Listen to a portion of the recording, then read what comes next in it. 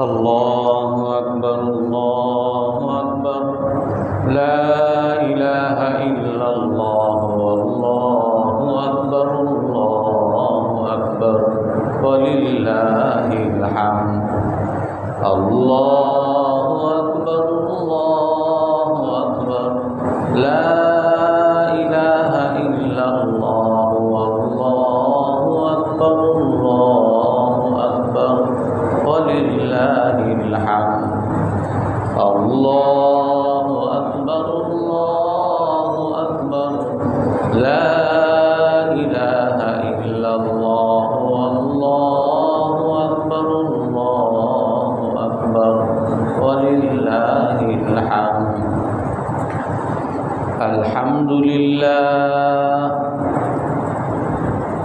الحمد لله نحمده ونستعينه ونستغفره ونؤمن به ونتوكل عليه ونعوذ بالله من شرور أنفسنا ومن سيئات أعمالنا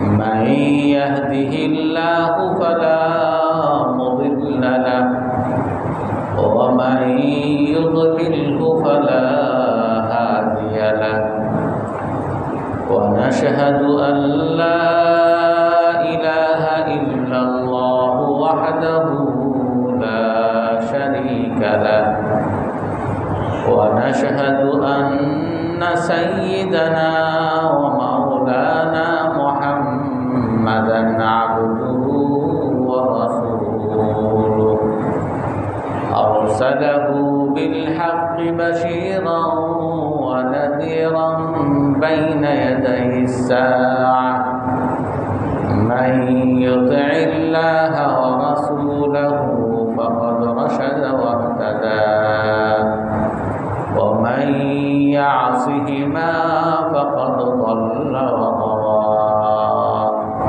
الله أكبر الله أكبر لا إله إلا الله والله أكبر الله أكبر ولله الحمد الله أكبر الله أكبر لا إله إلا الله والله أكبر الله أكبر ولله الحمد الله أكبر الله أكبر لا إله إلا الله والله أكبر الله أكبر ولله الحمد أما بعد فأعوذ بالله من الشيطان الرجيم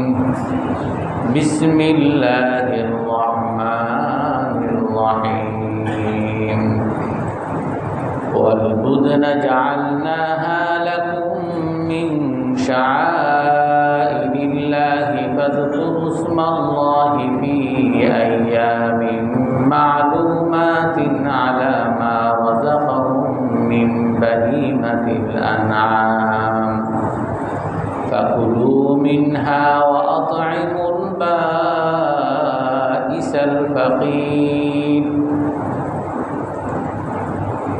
لن ينال الله لحومها ولا دماؤها ولكن يناله التقوى منكم كذلك سخرها لكم لتكبروا الله على ما هداكم وبشر المحسنين صدق الله العظيم الله أكبر الله أكبر لا إله إلا الله والله أكبر الله أكبر ولله الحمد الله أكبر الله أكبر لا إله إلا الله والله أكبر الله أكبر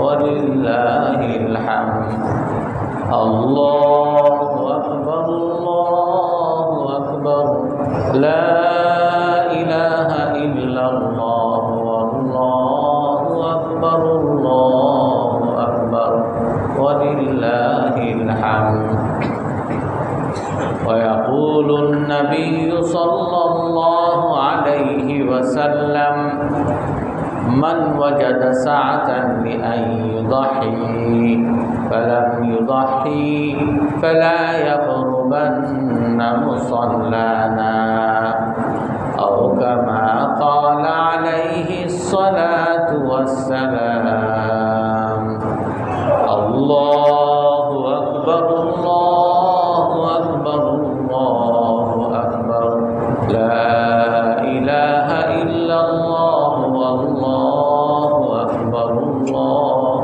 أكبر ولله الحمد الله أكبر الله أكبر لا إله إلا الله والله أكبر الله أكبر ولله الحمد الله أكبر الله أكبر لا إله إلا الله والله أكبر الله أكبر ولله الحمد সম্মানিত মুসল্লিয়ানে কেরাম, আজ আমরা পবিত্র ঈদুল আজহার দিনে পবিত্র ঈদুল আজহার অন্যতম একটা আমল তাকবীর বলা। আর তাকবীরের মধ্যে প্রসিদ্ধ এবং হানাফি মাযহাবের কাছে যেই তাকবীরের যে নিয়ম সেটা হলো আল্লাহু আকবার আল্লাহু আকবার, অর্থাৎ প্রথমে দুইবার তাকবীর আল্লাহু আকবার আল্লাহু আকবার, লা ইলাহা ইল্লাল্লাহ আল্লাহু আকবার আল্লাহু আকবার ওয়ালিল্লাহিল হামদ। আর এক বর্ণনা আসছে আল্লাহু আকবার আল্লাহু আকবার আল্লাহু আকবার, প্রথমে তিনবার তাকবীর, তারপরে লা ইলাহা ইল্লাল্লাহু আল্লাহু আকবার ওয়ালিল্লাহিল হামদ। দুটো বর্ণনায় আসছে, তবে বেশি প্রসিদ্ধ প্রথমে দুই তাকবীর, শেষে দুই তাকবীর, মাঝখানে লা ইলাহা ইল্লাল্লাহ এবং সর্বশেষে ওয়ালিল্লাহিল হামদ। এবং এই তাকবীর ঈদের দিনে আমরা অনেকেই আমল করি, বিশেষ করে ঈদের দিন কোরবানির ঈদে আসার সময় রাস্তায় যেই রাস্তায় আসবো সেই রাস্তায় জোরে জোরে তাকবীরের সাথে আসা, এবং বাসায় যখন ফিরবো অন্য রাস্তা দিয়ে ফিরা, ওই সময় জোরে জোরে তাকবীর বলে বলে ফিরা। কিন্তু দুঃখজনক হলেও সত্য যে আমাদের ঘুম থেকে উঠতেই দেরি হয়ে যায়, আর ঘুম থেকে উঠলে আমরা ম্যাজ করি, তাকবীর বলার ওই মেজাজও থাকে না, জোরে জোরে তাকবীর বলতে হবে, ওই সুন্নতের কথা হয়তো বা আমরা অনেকে ভুলে যাই। এজন্য এই সুন্নত আমল, এই ঈদুল আজহার একটা অন্যতম আমল হলো তাকবীর বলা। এবং সাথে সাথে এটাও জেনে রাখা দরকার,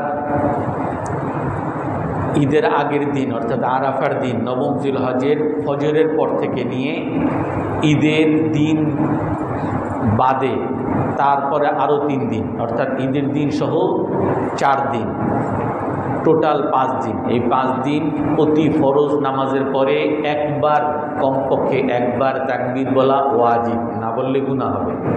এই জন্য প্রতি ফরজ নামাজের পরে আমরা এই তাকবীর অবশ্যই আমরা পড়ব, এবং যদি কেউ ভুলে যায় আমরা জোরে পড়ব, যাতে অন্যরা যাতে স্মরণ করতে পারে। এখানে আরও একটা মাসলা বলে দেওয়া দরকার, আমরা জোরে বলবো অন্যকে স্মরণ করানোর জন্য, তবে এমন করা যেমন ইমাম সাহেব বললো আল্লাহু আকবার, আমরা ইমাম সাহেবের সাথে আল্লাহু আকবার বললাম, উনি বললেন লা ইলাহা ইল্লাল্লাহ, আমরা ওনার সাথে লা ইলাহা ইল্লাল্লাহ বললাম, অর্থাৎ ইমাম সাহেবের বলার পরে সকলে বলা, এটা কিন্তু আবার বেদাত। অর্থাৎ এখানে সবাই এক সমস্বরে বলতে হবে। ইমাম সাহেব বলবে আল্লাহু আকবার আল্লাহু আকবার, মুসল্লিরা সবাই ইমাম সাহেবের সাথে সমস্যাতে, যেন মুসল্লিরা ভুলে গেছে ইমাম সাহেবের সাথে বলা শুরু করছে। এমন না যে ইমাম সাহেব শিখিয়ে দিচ্ছে আর সেই আলোকে সবাই বলতেছে, এরকম করলে বেদাত হবে। অর্থাৎ একজন জোরে বলল, ওনার সাথে অন্যরা পরে আবার জোরে বলল, আবার আর একবার তাকবীর ইমাম সাহেব জোরে বলল, আবার ওনার পরে অন্যরা আবার জোরে বলল, এটা আবার বেদাত হবে। নিয়ম যেটা আমরা নিয়ম মেনে করার চেষ্টা করব। এই কোরবানির ঈদের মধ্যে অন্যতম আমল, তাকবীরে তাশরিকের পরে অন্যতম আমল, রাসূলুল্লাহ সাল্লাল্লাহু আলাইহি ওয়াসাল্লাম বলেন, মান ওয়াজাদা সাআতান লিআন ইউদাহি ফালাম ইউদাহি ফালা ইয়াকরুবান্না মুসাল্লানা। যার কুরবানি করার সামর্থ্য আছে তারপরও সে কুরবানি করে না, সে যাতে আমার ঈদগাহের ধারে কাছেও না আসে। অর্থাৎ এই ঈদগাহে আসতে নিষেধ করছে, যার সামর্থ্য থাকা সত্ত্বেও কোরবানি করবে না। অর্থাৎ কেউ যদি সামর্থ্য থাকার পরেও যদি কোরবানি না করে সে গুনাহগার হবে। এই জন্য আমরা তো মোটামুটি সবাই যার সামর্থ্য আছে আমরা তো কোরবানি করার নিয়ত করেছি। আল্লাহ তাআলা আমাদের কোরবানিকে কবুল করেন, সেই দোয়া আল্লাহ তাআলার কাছে আমরা করব। এই ঈদের দিনে রাসূলুল্লাহ সাল্লাল্লাহু আলাইহি সাল্লামের কাছে সাহাবায়ে কেরাম জিজ্ঞেস করেন, মা হাদিহিল আদাহি ইয়া রাসূলুল্লাহ। রসুলকে জিজ্ঞেস করেন, হে আল্লাহর রসুল, এই কোরবানিটা কি? আমরা যে কোরবানি করতেছি কোরবানিটা কি? রাসূলুল্লাহ সাল্লাল্লাহু আলাইহি ওয়াসাল্লাম এর উত্তরে বলেন, হাদিহি সুন্নাতু আবিকুম ইব্রাহিম। এটা তোমাদের আদি পিতা ইব্রাহিম আলাইহিস সালামের আদর্শ। এই কোরবানি করা এটা তোমাদের আদি পিতা ইব্রাহিম আলাইহিস সালামের আদর্শ। কোরবানি শুধু ইব্রাহিম আলাইহিস সালামের আদর্শ তাই না, এই কোরবানি সংশ্লিষ্ট অধিকাংশ আমলই ইব্রাহিম আলাইহিস সালামের আদর্শ। এই কোরবানির সাথে হজের অন্যতম একটা আমল, হজের মধ্যে অধিকাংশ আমলই ইব্রাহিম আলাইহিস সালামের আদর্শ। ইব্রাহিম আলাইহিস সালামের এই হজের মধ্যে আপনি তওয়াফ করার পরে সফা মারওয়ার মাঝখানে দৌড়াতে হয়, 7 বার দৌড়াতে হয়। এই দৌড়ানোটা হযরত ইব্রাহিম আলাইহিস সালামের পরিবার হযরত হাজের রাদিয়াল্লাহু আনহা উনি দৌড়িয়েছেন। এই জন্য এই যেই হজ করতে যাবে তার জন্য সফা মারওয়ার মাঝখানে 7 বার দৌড়ানো এটা ওয়াজিব, এটা ছাড়া তার হজ আদায় হবে না। এমনিভাবে ঈদের দিনে তওয়াফে জিয়ারত করার পরে অর্থাৎ 9 তারিখে আরাফার দিবস পালন করে, আরাফার দিবস, তারপরে রাতের বেলা মুজদালিফায় থাকতে হয়। তারপরে পরের দিন সকালবেলা জামারায় পাথর মারতে হয়। শয়তানের 3টা প্রতীকী স্তম্ভ আছে, এই স্তম্ভে এটাকে আরবিতে বলে জামারাতুল উকবা, জামারাতুস উস্তা, জামারাতুস সুগরা। অর্থাৎ বড় শয়তান আমরা যেই ভাষায় বুঝি, বড় শয়তান, মধ্যম শয়তান, ছোট শয়তান, এই 3 জায়গায় পাথর মারা, এটাও ইব্রাহিম আলাইহিস সালামের সুন্নাত। এরপরে আমি একটা প্রতিবেদনে শুনলাম যে এরপরে নাকি হাজী সাহেবদের দায়িত্ব হলো যে তারা কোরবানি করবে, মাথা মুন্ডাবে, তারপরে গিয়ে তওয়াফ করবে, মক্কায় গিয়ে তওয়াফ করবে। এটা ভুল। এইরকম যদি কেউ করে তার হজই হবে না। আমি কোন একটা কিসের পত্রিকায় পড়লাম, এইভাবে সে লেখছে। নিয়ম হলো আপনি পাথর মারবেন, পাথর মারার পরে সরাসরি আপনি মক্কায় চলে যাবেন, বাইতুল্লাহে চলে যাবেন। বাইতুল্লাহে যাওয়ার পরে সেখানে তওয়াফ করবেন। এই তওয়াফটা ফরজ তওয়াফ।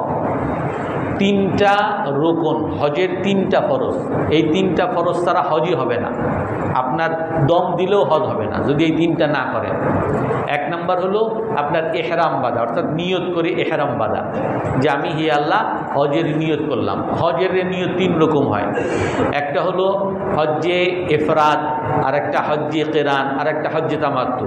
সাধারণত আমাদের বাংলাদেশ থেকে যারা যায় হজ্জে তামাত্তুরই নিয়ত করে, প্রথমে ওমরা, তারপরে হজের 2 দিন আগে আবার হজের নিয়ত করে। এই হজের নিয়ত, এই এহরাম বাঁধা, এটা হলো একটা অন্যতম ফরজ। এই ফরজ যদি কেউ ছেড়ে দেয় বা ভুলে যায় তাহলে তার হজই হবে না, দম দিলেও হজ হবে না। আর একটা ফরজ হলো আরাফার ময়দানে থাকা। কেউ যদি কোনো কারণবশত আরাফার ময়দান খুঁজে পেল না, মুজদালিফায় গিয়ে বসে রইল, অথবা মদিনা থেকে হাঁটতে হাঁটতে মিনাই রয়ে গেল, মিনা থেকে সে আর আরাফার মধ্যে ঢুকতে পারলো না, সকাল থেকে সন্ধ্যা চলে গেল, তারপরে সে আরাফায় ঢুকলো। অর্থাৎ আরাফায় এই সারা দিনের মধ্যে কোনো একটা সময় যদি আরাফার ময়দানে অবস্থান করতে না পারে তাহলে তার হজই হবে না, সে দম দিলেও হবে না। দুইটা ফরজ, একটা হলো এহরাম নিয়তের সাথে এহরাম বাঁধা, তারপরে আরাফার ময়দানে অবস্থান করা। 3 নাম্বার ফরজ হলো এই ঈদের দিনে, অর্থাৎ এই শয়তানের পাথর মারার পরে বাইতুল্লাহ এসে তওয়াফে জিয়ারত করা, এটাকে বলে তওয়াফে জিয়ারত বা তওয়াফে ইফাদা। এই তওয়াফ করা এটা হলো ফরজ। যদি কেউ, যেমন ওই প্রতিবেদন অনুযায়ী, কেউ যদি শয়তানের পাথর মারল, আরাফায় রইল, রাতে মুজদালিফায় রইল, সকালবেলা পাথরও মারল, পাথর মেরে সে মাথা মুন্ডিয়ে ফেলল অথবা কোরবানি করে ফেলল, তারপরে গিয়ে সে মক্কায় গিয়ে বাইতুল্লাহ গিয়ে তওয়াফ করলো, তার হজই হবে না, সে দম দিলেও হবে না। অর্থাৎ আপনার এই 3টা ফরজের মৌলিক, হজের মৌলিক 3টা ফরজ, একটা হলো এহরাম, আর একটা হলো আরাফার ময়দানে থাকা, আর একটা হলো এই ঈদের দিনে তওয়াফ করা। এই 3টা ফরজ আপনাকে করতেই হবে। আপনি যদি না করেন, আপনার দম দিলে, কোরবানি করলে কোনো কিছুতেই কাজ হবে না। এই 3টা ফরজের পরে যে ওয়াজিবগুলো আছে, যেমন সফা মারওয়ার মাঝখানে দৌড়ানো, এটা একটা ওয়াজিব, পাথর মারা একটা ওয়াজিব, তারপরে মুজদালিফায় থাকা, এগুলা একটা ওয়াজিব।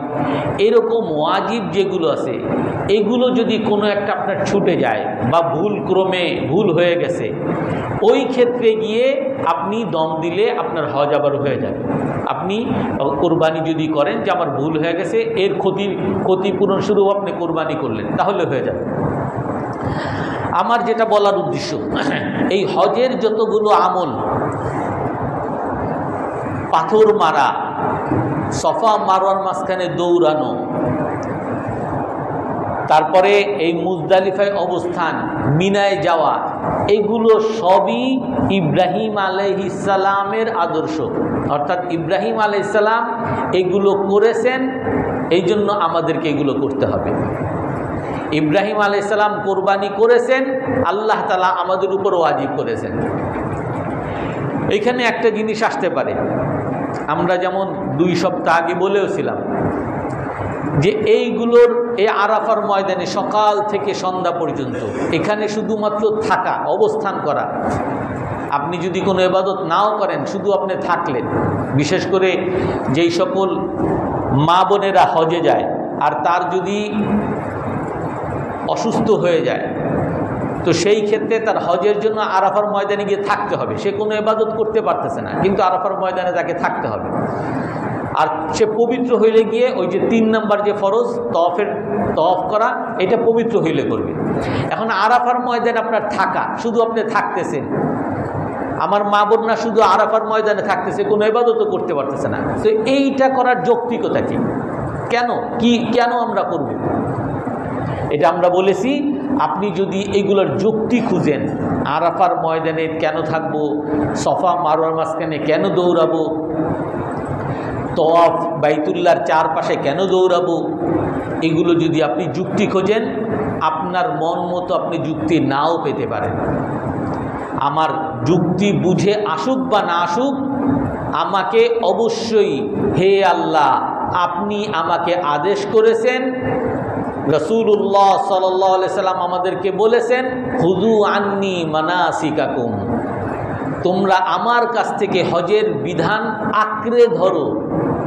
এমন না যে ধরলা পরে আবার একটু ইতস্ততা করলা, এটা করা লাগবে, কেন করব, কি করব, না, একেবারে করতেই হবে এবং আঁকড়ে ধরে করতে থাকবা, গুরুত্ব সহকারে করবা। কারণ আমি আল্লাহর গোলাম, আমি রাসূলুল্লাহ সাল্লাল্লাহু আলাইহি ওয়াসাল্লামের আদর্শের অনুসরণ করার আমি ঘোষণা দিছি। এটা তো একটা কথা। দ্বিতীয় নাম্বার, আমরা কেন থাকবো এখানে?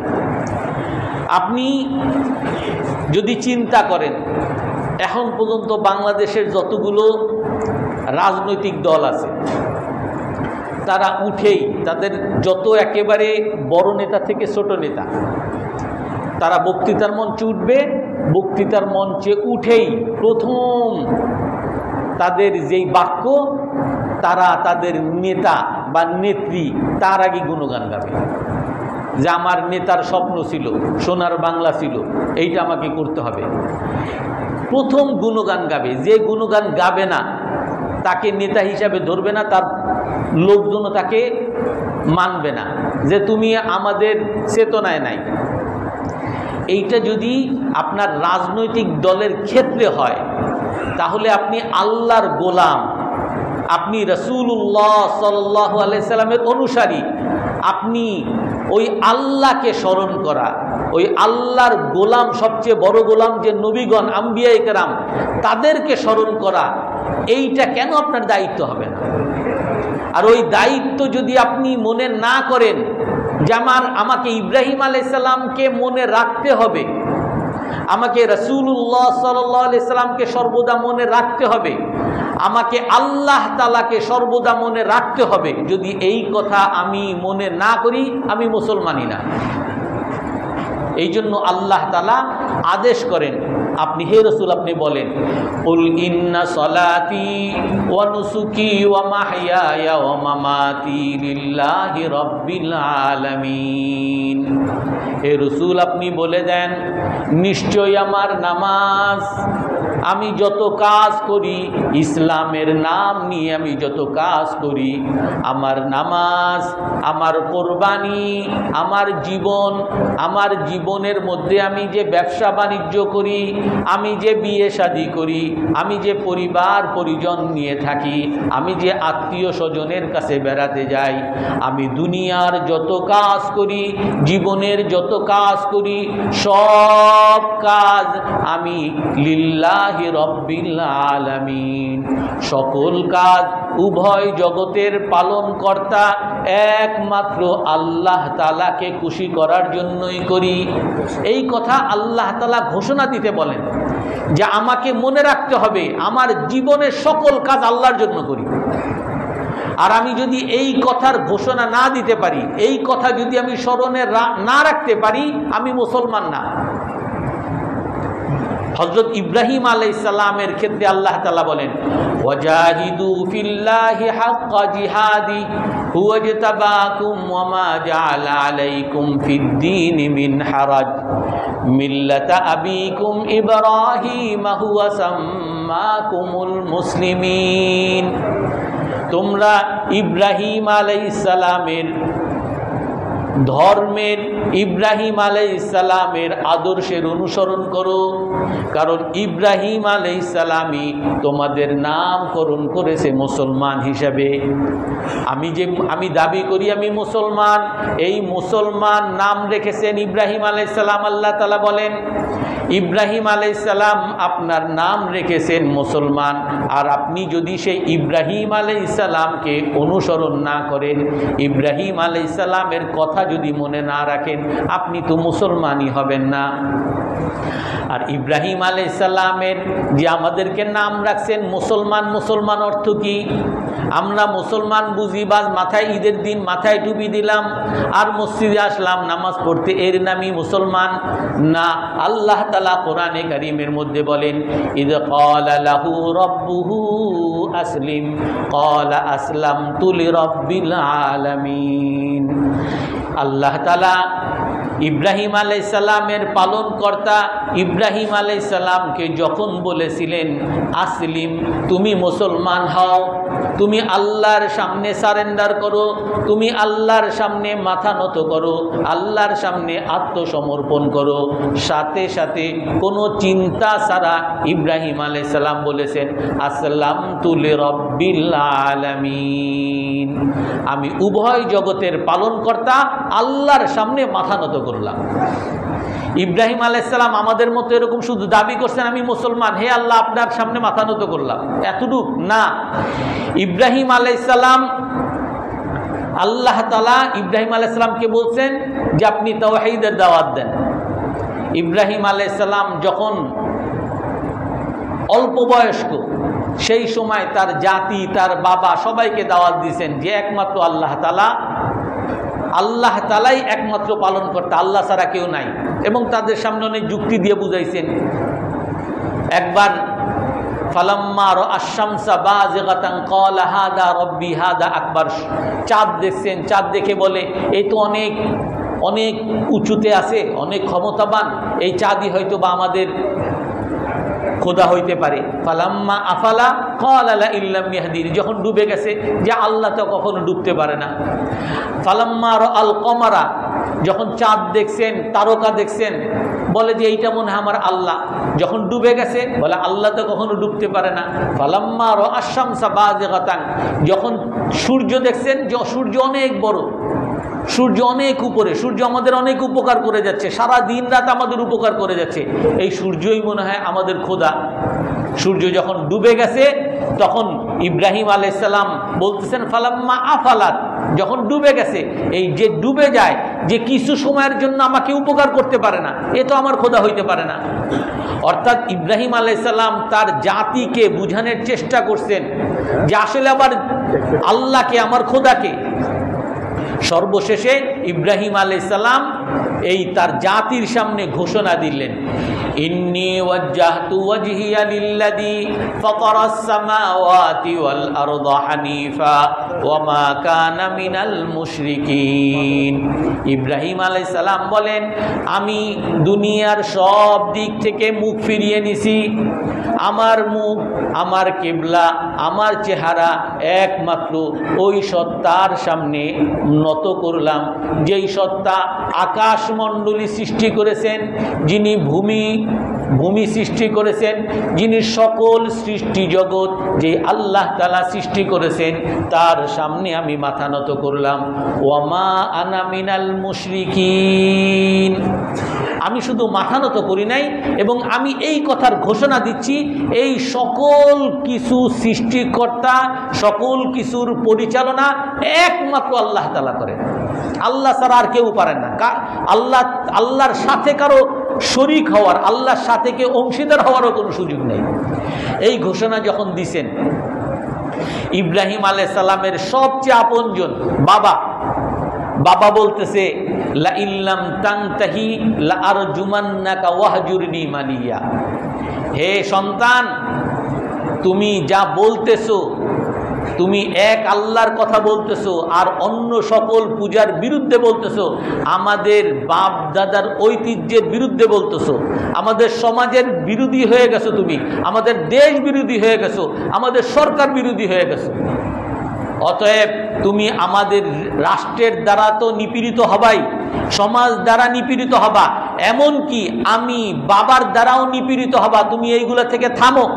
লা ইল্লাম তানতাহি, যদি তুমি যেই সকল কথাগুলো বলতেছো এইগুলো থেকে যদি না থামো, লা আরজুমান্নাকা ওয়াহজুরনি মালিয়া, তোমার সরকার লাগবে না, সমাজ লাগবে না, আমি তোমাকে পাথর মেরে হত্যা করব। এটা কে বলতেছে? বাবা বলতেছে। ইব্রাহিম আলাইহিস সালামের বাবা ইব্রাহিম আলাইহিস সালামকে বলে যে আমি নিজ হাতে পাথর মেরে তোমার হত্যা করব।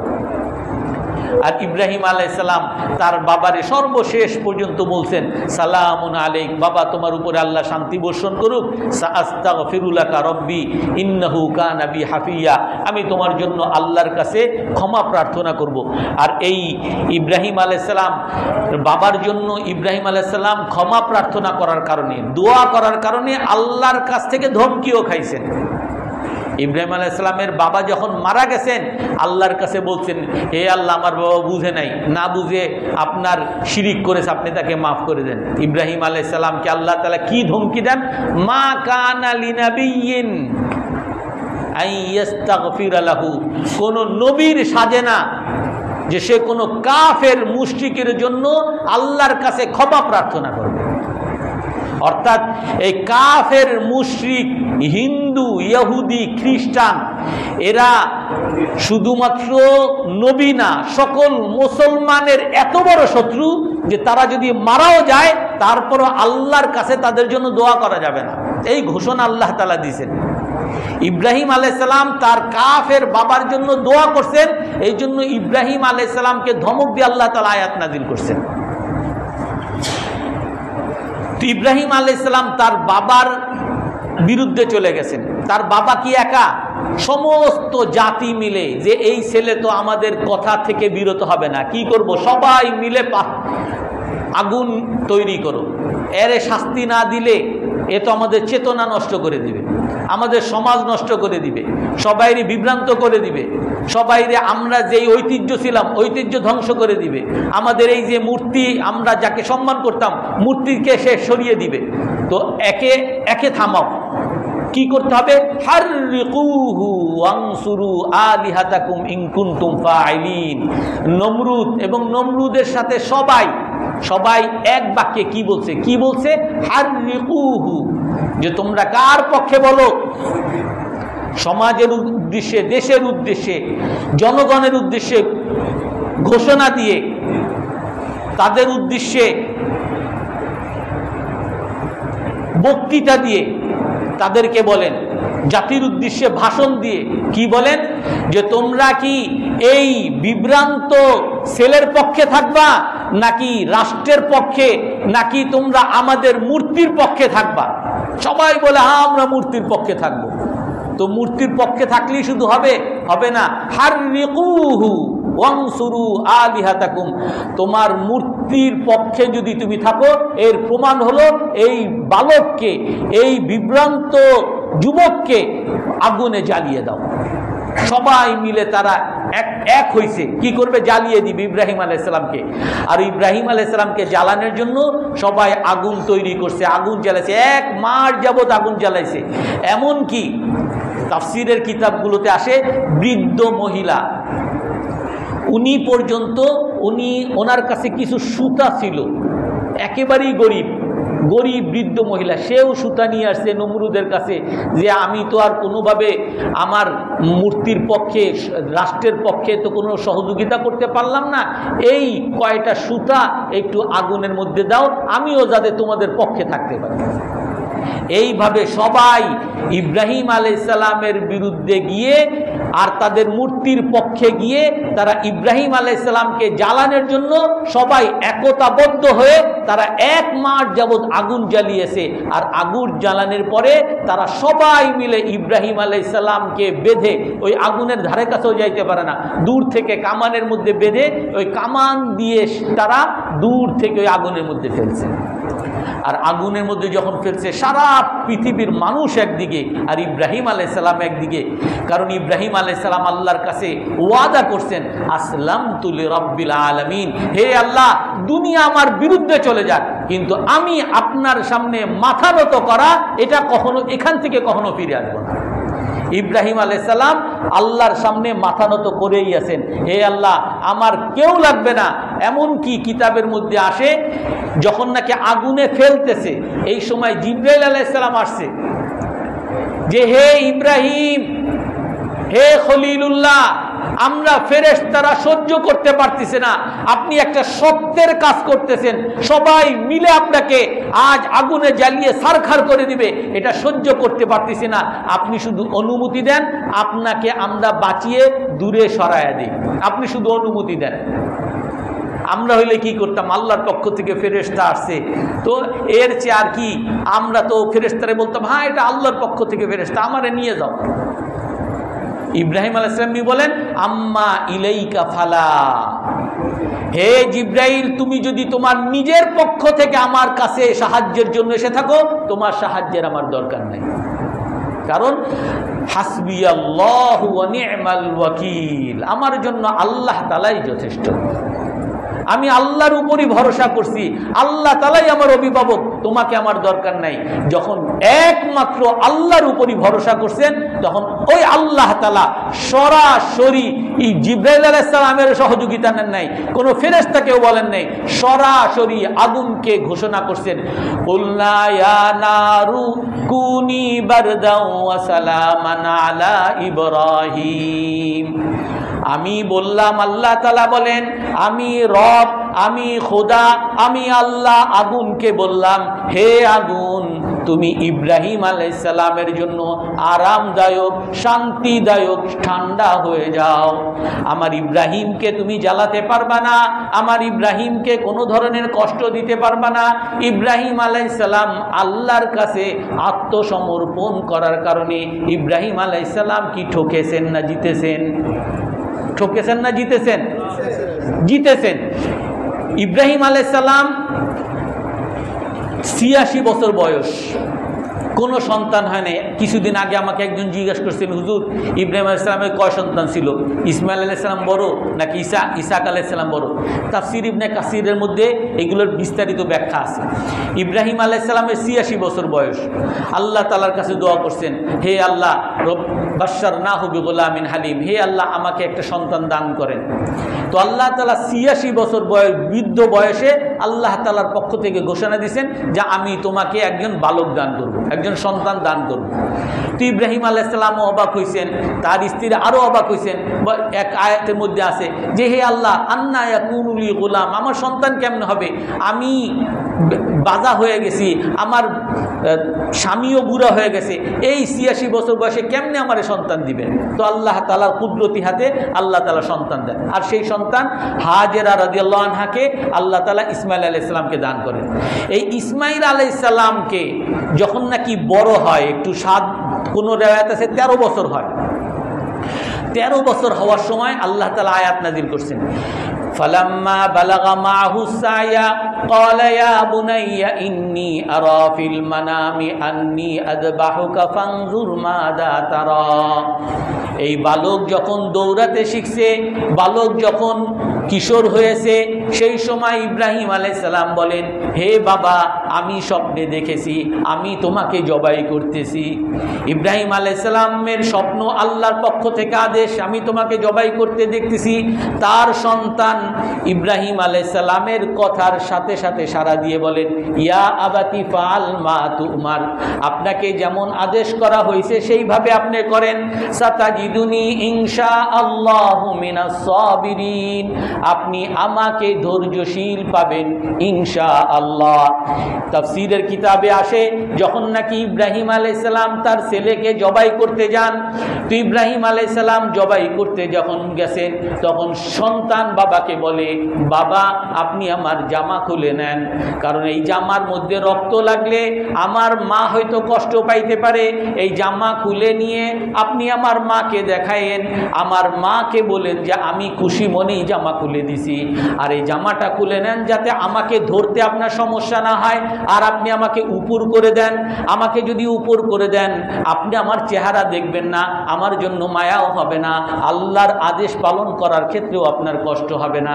এইভাবে বাবা ছেলে দুজন যখন আল্লাহর সামনে আত্মসমর্পণ করে, আল্লাহ তাআলা বলেন, ফালাম্মা আসলামা, যখন দুজন আল্লাহর সামনে আত্মসমর্পণ করে, নিজেদেরকে বিলিয়ে দেয়, আর তার সন্তানকে মুখের উপরে উপর করে জবাই করা শুরু করছেন, সেই সময় আমার পক্ষ থেকে আমি তাকে ঘোষণা করছি, কদ সাদ্দাকাতার রুয়া, হে ইব্রাহিম, আমি তোমাকে স্বপ্নে যে তোমার সন্তানকে হত্যা করার জন্য, জবাই করার জন্য যে আদেশ করেছি, এটা তোমাকে কষ্ট দেওয়ার জন্য করি নাই, আমি তোমার পরীক্ষার জন্য করেছি যে তুমি আমার কথা মানো কিনা।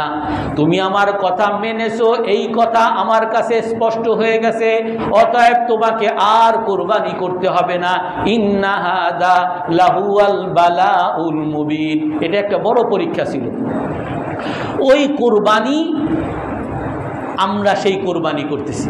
এই কোরবানি যখন করব তখন আমরা ইব্রাহিম আলাইহিস সালামের কথা স্মরণ করব। ইব্রাহিম আলাইহিস সালামের কথা মানে কি? আমরা মুসলমান, এই কথা স্মরণ করব। মুসলমান হওয়া মানে কি? আমি আল্লাহর সকল আদেশ মানি, আল্লাহর সকল আদেশের সামনে আমার মাথা নত করি, সেই ঘোষণা দেওয়া। আমরা গতকাল জুমার দিনে বলেছিলাম আল্লাহর সকল আদেশের সামনে মাথা নত করার অর্থ কি? আমি কোরবানি করতেছি আল্লাহর নামে, আর আমি বলতেছি হে আল্লাহ, আমি আপনার নামে আমি সুদ ছাড়তে পারবো না, আপনার নামে আমি ঘুষ ছাড়তে পারবো না, আপনার জন্য আমি সিনেমা ছাড়তে পারবো না, আপনার জন্য আমি অবৈধ প্রেম ছাড়তে পারবো না। এর অর্থ কি আল্লাহকে মানা? আল্লাহকে মানার অর্থ হলো সমস্ত ক্ষেত্রে আল্লাহকে মানতে হবে। তো এই জন্য এই কোরবানির ঈদে আমরা সবাই এই ওয়াদা করতে পারি, এই নিয়ত করতে পারি যে আমরা সমস্ত ক্ষেত্রে আল্লাহকে মানব। আমরা সবাই নিয়ত করলাম ইনশাআল্লাহ, আমরা সমস্ত ক্ষেত্রে আল্লাহকে মানব। আল্লাহর কথার বিরুদ্ধে যে কেউ বলুক, আমরা আল্লাহর উপরে অন্য কাউকে অগ্রাধিকার দিব না। আমাদের সর্বক্ষেত্রে আল্লাহ তাআলাই চূড়ান্ত। আমরা ওই আল্লাহর জন্য সবকিছু আত্মত্যাগ করার জন্য তৈরি আছি তো ইনশাআল্লাহ। আল্লাহ তাআলা আমাদের সকলকে আমল করার তৌফিক দান করেন। এখন আমরা নামাজ পড়ব। নামাজের নিয়ম একটু বলে দেই। 6 তাকবীরের সাথে এই ইমামের পিছনে আমরা ঈদের নামাজ আদায় করতেছি। প্রথম তাকবীরে তাহরিমা, যেটা আমরা বলি আল্লাহু আকবার, তাকবীরে তাহরিমা। ওই তাকবীরে তাহরিমার পরে আমরা সানা পড়ব। সানা পড়ার পরে